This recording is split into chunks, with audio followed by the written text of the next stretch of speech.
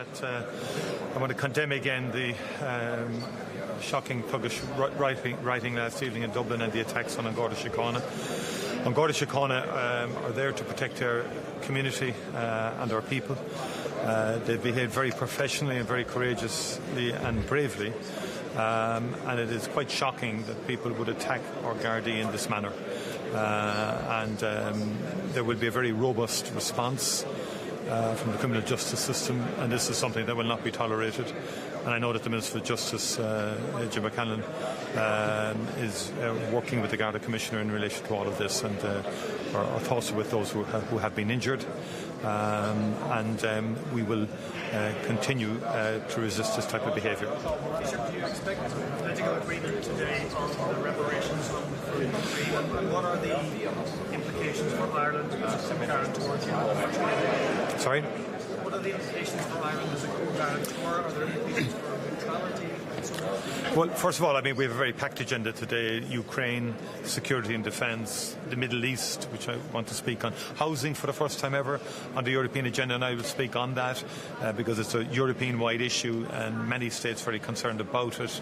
And, of course, competitiveness more generally, the need to simplify regulation.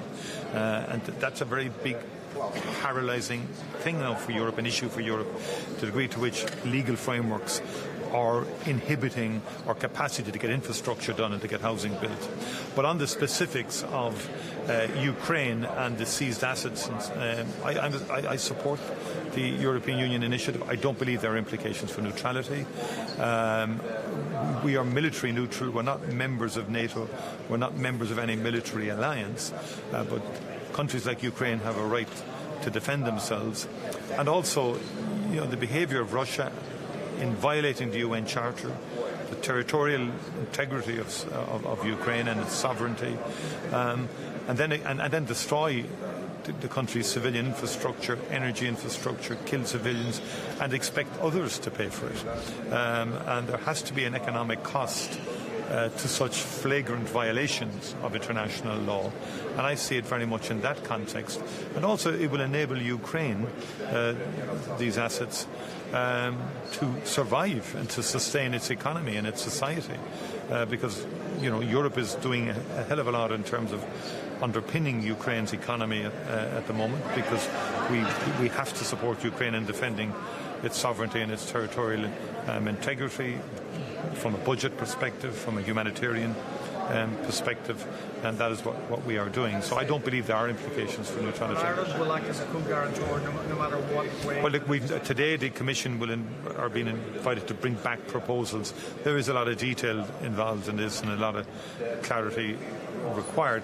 But in terms of the principle of those who flagrantly abuse, international law, there has to be consequences as well, and this cannot be a repeating cycle where countries feel the big countries feel like Russia can go in and destroy a place and expect other people to pay for the reconstruction afterwards. This is a very serious issue, because that's a kind of a perverse incentive to keep doing the same thing all the time.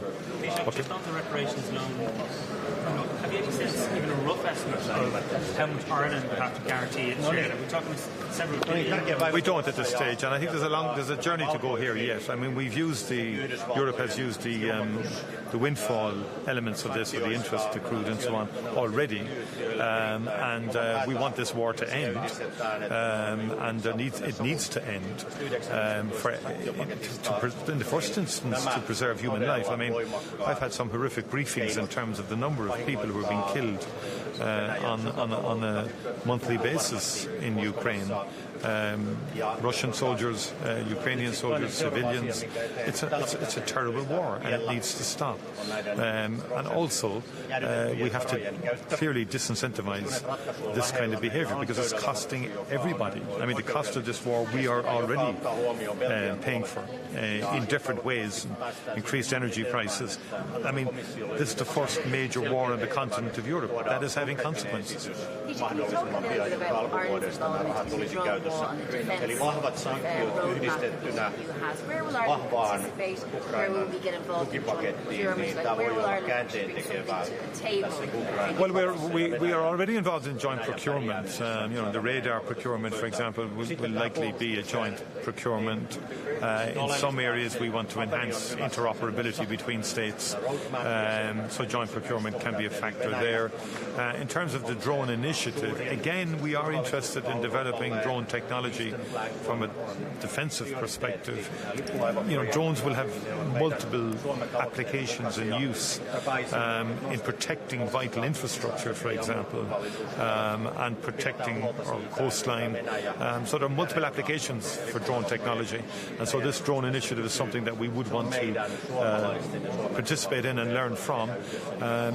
But obviously each member state takes its own lead on this, and the text is very clear.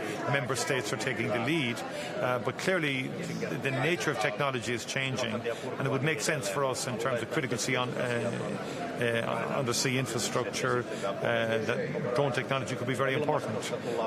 Likewise, cybersecurity is very, very important, or gas connectors with the UK. All of these are under threat, and unfortunately Russia is posing a threat to our economic infrastructure, to European economic infrastructure, and Ireland's as well. And we're not immune from this. We're not in some safe haven that will not be affected by any attacks on our subsea cables, because we're all connected in that, in terms of the technological connections. We're not on our own. We're part of a European connection, transatlantic and so on, and likewise in terms of energy connection. I'm chairing a meeting. Business Post is a new rollout a lot of female voters now voting for Connolly or voting for Jim Gavin actually as voting. Are there any lessons learned from this campaign? Obviously, look, all presidential elections, but two things I would say. We'll wait for the poll tomorrow. I think that's the real poll. That will be the real election. We'll see what will happen, and we'll take it from there. Thank you.